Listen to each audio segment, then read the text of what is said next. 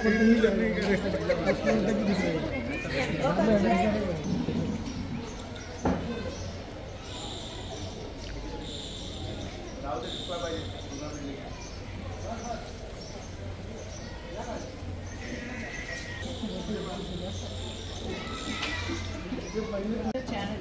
Channel आपण माननीय आयुक्त मॅम आहेत त्यांना आपण आपले जे काय आहे उदाहरणं देऊ आणि हे प्रूव्ह करणारे डॉक्युमेंट आपण सगळीकडे दिलेले आहेत, पण कोणी त्याच्या पण ती हिअरिंगसुद्धा त्यांनी ते नवीन आता वॉर्ड ऑफिसर आले ते बोलत आहेत की माझ्या हातात काही नाही आहे आत्ता, तर मला फक्त आता एवढा वेळ आता आपल्याकडे नसल्यामुळे आपण त्यानंतर त्या मुवमेंटला वॉर्ड ऑफिसर सडनली त्यांचा प्रॉब्लेम झाला त्या हॉस्पिटलमध्ये ॲडमिट. आणि आता जे काही पुढे प्रोसिजर होईल ते वी आर होपिंग दॅट आपल्याला सगळं नीट प्रॉपर न्याय जो आहे आपल्याला KDMC मिळवून दे, कारण का ही बाब आपण याच्यामध्ये 65 रेरामध्ये आपण प्रेस कॉन्फरन्स याच्यासाठी केलेली आहे माननीय आयुक्त. यासाठी आज आपण मीडियातर्फे आपण सगळ्यांसगळं मांडतो आहोत. बाकीचा आम्हाला 65 मध्ये रेराच्या ह्याच्यामध्ये आम्ही नाही आहे, आमच्याकडे सगळा इव्हिडन्स आहे. तो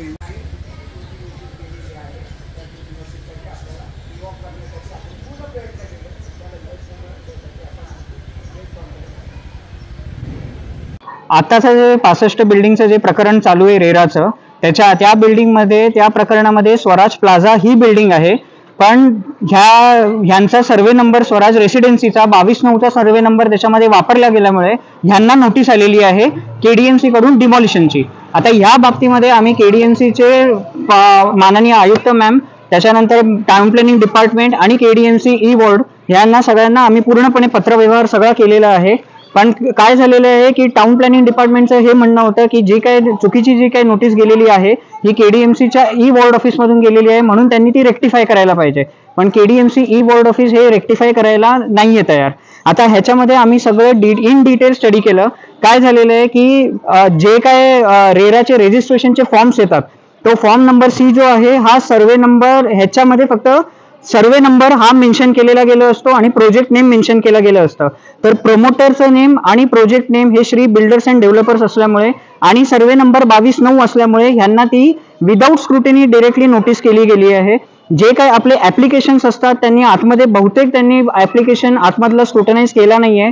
तो ऍप्लिकेशन जर त्यांनी बघितला तर त्याच्यामध्ये स्पष्टपणे स्वराज प्लाझा ही बिल्डिंग लिहिलेली आहे आणि जे काही कागदपत्रे अटॅच केले गेले आहेत ते स्वराज प्लाझाशी रिलेटेड आहेत.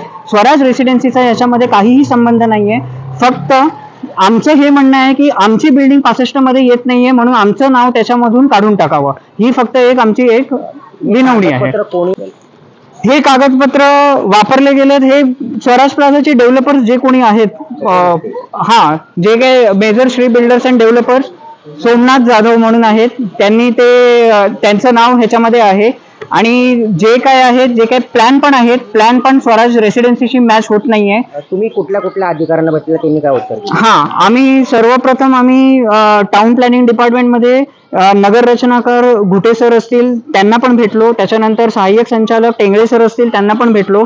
ते सॅटिस्फाय झाले, ज्यांना सगळी केस एक्सप्लेन केली ते सॅटिस्फाय झाले की ही काहीतरी चूक झालेली आहे. पण ही बाब टाउन प्लॅनिंग डिपार्टमेंटच्या अंडर, आम्हाला असं सांगितलं गेलं की ही बाब टाउन प्लॅनिंग डिपार्टमेंटच्या अंडर येत नसल्यामुळे आम्हाला परत वॉर्ड ऑफिसला डायरेक्ट केलं गेलं. तर ज्या वेळेला हे सगळं प्रकरण बाहेर आलं 21 जानेवारी 2025 ला आम्ही हा ऍप्लिकेशन फाईल केला.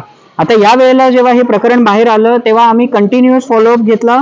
चंद्रकांत जगताप सर म्हणून आहेत, माननीय आपले सहाय्यक आयुक्त जे बोर्ड ऑफिसर आहेत, त्यांना पण आम्ही ही पत्राची कॉपी दिली. पण कंटिन्युअस फॉलोअप नंतर त्यांनी आम्हाला एक हिअरिंगची डेट दिली.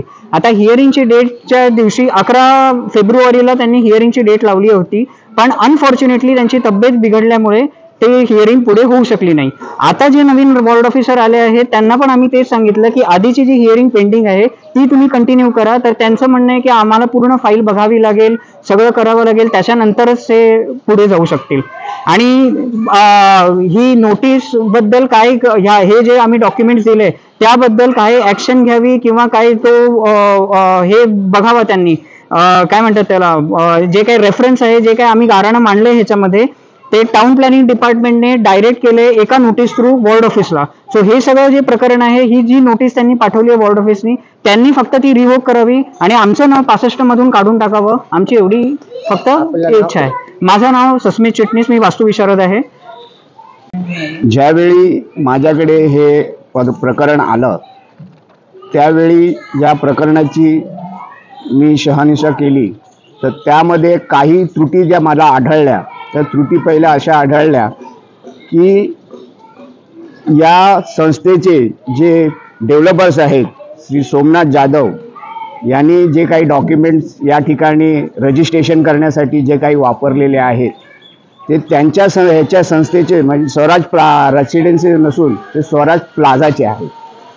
स्वराज प्लाझा, स्वराज रेसिडेन्सी आणि स्वराज गोल्ड या तिन्ही बिल्डिंगचे प्रोप्रायटर म्हणजे बिल्डर्स हे सोमनाथ जाधव असून तर त्यांनी त्या तिन्ही ह्याचे वेगवेगळ्या ठिकाणी आहेत, एकाच एरियामध्ये आहेत, पण एक 5 फुटाच्या अंतरावर ह्या तिन्ही बिल्डिंगी उभ्या आहेत. आणि त्यानंतर त्यांनी जे स्वराज प्लाझाचे जे डॉक्युमेंट्स आहेत ते स्वराज प्लाझाचे डॉक्युमेंट्स त्यांनी स्वराज रेसिडेन्सीला लावलेले आणि त्या स्वराज रेसिडेन्सीमध्ये ऑलरेडी स्वराज प्लाझाच्या ह्याच्यामध्ये रेराचे जे आता हे प्रकरण महाराष्ट्रामध्ये गाजते कल्याण डोंबिवली महानगरपालिकेमध्ये, तर त्यामध्ये आमच्या निर्देशनास आले की जे स्वराज प्लाझाचे जे डॉक्युमेंट्स लावलेले होते ते स्वराज प्लाझाचे डॉक्युमेंट्स त्यांनी स्वराज रेसिडेन्सला लावल्यामुळे त्यांनी 278 ची नोटीस त्यांनी इश्यू केली केडीएमसीने. पण त्या नोटीसमध्ये ज्याच्यामध्ये स्पष्ट लिहिलेलं आहे की ही जी आहे ती स्वराज प्लाझासाठी आहे आणि त्याच्यामध्ये स्वराज प्लाझाला ऑलरेडी रेराचे जे डॉक्युमेंट्स आहेत ते त्याच्यामध्ये मेन्शन केलेले आहेत आणि त्याच्यामध्ये रेराचा नंबर पडलेला आहे आणि तेच रेराचा डॉक्युमेंट्स त्यांनी स्वराज रेसिडेन्सने लावले आणि स्वराज रेसिडेन्सीमध्ये बाकीचे डॉक्युमेंट्स आहेत ते वेगळ्या प्रकारे आहेत. त्यांच्यामध्ये एक जे ॲग्रीमेंट रजिस्टर झालं त्याच्यामध्ये स्वराज प्लाझाचा जे हे होतं डॉक्युमेंट्स होते ते स्वराज रेसिडेन्सला लावल्यामुळे त्यांनी ती नोटीस इश्यू केली असं त्यांचं म्हणणं आहे. आपलं नाव? मी ॲडव्होकेट चव्हाण, सीताराम चव्हाण. मी 2017ला या फ्लॅटचं पोझिशन घेतले. पोझिशन घेतेवेळी माझा जो विकासक आहे सोमनाथ जाधव याने सगळे पेपर आमचे ओके आहेत म्हणून सगळे सांगितले. पहिल्यांदा ही बिल्डिंग जे स्ट्रक्चर उभं राहिले ते झेडपीमध्ये आहे असं सांगून ते सगळे कागदपत्र आम्हाला त्याने प्रोड्यूस केले. आम्ही स्टॅम्प ड्युटी भरलेली आहे, BMCचा टॅक्स घेत आहेत, ह्याचं महावितरणचे लाईट आहे, पाणी आहे, सगळ्या सुविधा आहेत, आमची सोसायटी रजिस्टर्ड आहे आणि ऐन वेळेला आम्हाला आता ही नोटीस पाठवली की तुम्ही इलिगल आहात. आमचं म्हणणं एवढंच आहे की आमच्या ॲडव्होकेट आणि आर्किटेक्टच्या म्हणण्याप्रमाणे 65 बिल्डिंगमध्ये आम्ही येतच नाही, कारण आम्ही म्हाडाच्या रेराचं कुठलंही सर्टिफिकेट आमच्याकडे लावलेलं नाही आणि आम्ही ते प्रूव्ह केले की आम्हाला रेरा नाही. एवढं असून सुद्धा आमच्यावर कुठल्या तरी प्रकारचा हा एक सूड घेतला जातो आहे आणि ह्या बिल्डरने आम्हाला टोटल सगळ्यात जवळजवळ फ्लॅट होल्डरना त्याने फसवलेलं आहे. सोमनाथ जाधव एक फ्लॅट 4-4 जणांना विकला आहे, बँकाची कर्ज झालेत, प्राईम मिनिस्टर आवास योजनेचे लोन पास झालेले आहेत, KDMCने सगळे टॅक्स घेत आहेत. मग हे सगळे जर इलिगल असेल तर मग ह्या उपद्व्याप करायला KDMC आणि इतर ज्या कन्सर्न संस्था आहेत त्या का करतायत? ह्यांना फक्त आमचा बळी घ्यायचा आहे. सध्याची परिस्थिती अशी आहे की मुलांची शाळा कॉलेजेस आहेत, काही आमच्या बिल्डिंग मधल्या लोकांच्या मुलींची लग्न ठरलेली आहेत, त्यांनी ॲडव्हान्स बुकिंगमध्ये हॉल बुक केलेले आहेत आणि ही आता टांगती तलवार आहे की आमचं आता हे डिमॉलिशन होणार. हे लोकांच्या झोपा उडवलेल्या आहेत आणि हा जो बिल्डर आहे त्यांनी सगळी कामं अर्धवट सोडलेली आहेत. लिफ्ट पण नाही, इतर मेंटेनन्स नाही सोसायटीचं, त्यांनी सगळं सोडून पैसे फक्त मागण्यासाठी तो इथं आता 4 वर्षात आलेला नाही. हा एक प्रकारचा तो वाल्मिक कराडच आहे असं आमचं ठाम मत आहे, कारण ह्यांनी लोकांना लुटण्याशिवाय दुसरं काही केलेलंच नाही आहे.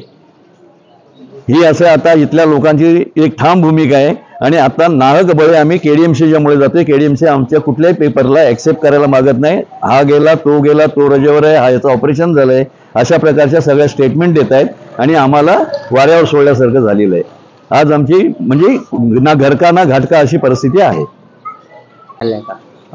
पालिकेकडून आम्हाला कुठलाही सपोर्ट मिळालेला नाही आहे. आम्ही प्रत्येक वेळेला अर्ज देऊन गेलेलो सोसायटीच्या थ्रू, बट ते फक्त अर्ज घेतात, काय करत नाही आहे त्यावरती. माझा फ्लॅट इथे 402मध्ये 2016 रजिस्ट्रेशन झालेलं आहे विथ नॅशनलाइज बँकेचं लोन आहे, म्हणजे इंडियन बँकेचं, प्लस माझा आणि आम्हाला सोसायटी प्रधानमंत्री आवास योजनेचं लाभ पण मिळालेला आहे, पण आम्हाला काही सपोर्ट मिळत नाही आहे. आपण जर बघ सामील आहे असं वाटत नाही. आणि सॉरी केडी प्रकरणात सामील आहेत तुम्हाला वाटतं का? यस आहे.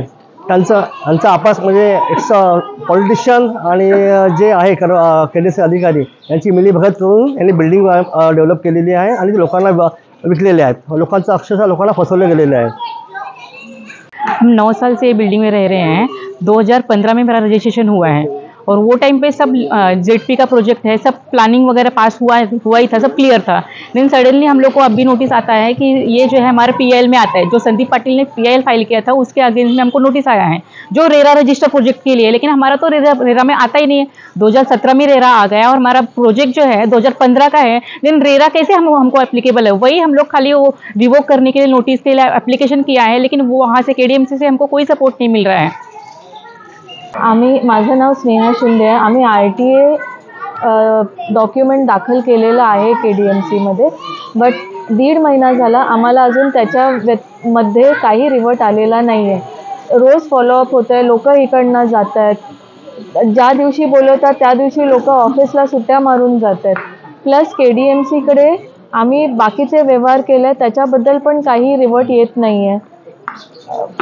काय आपली भावना आता बिल्डिंग तुमची डिमॉलिश करायला येणार? आता डिमॉलिश करायला येणार तर एवढी 45 लोक आहेत, जाणार कोणीकडे? म्हातारी माणसं आहेत, आम्ही लोन घेतलेली लोक आहोत।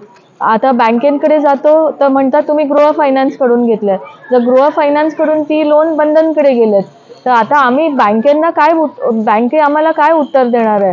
आम्ही आमचे लोन स्टॉप करायचं आहे की काय करायचं आहे हे पण आम्हाला गव्हर्नमेंटने सांगायला हवं। किती वर्ष झाली आपण राहतो? आता 2017 पासून राहतोय आम्ही इथे।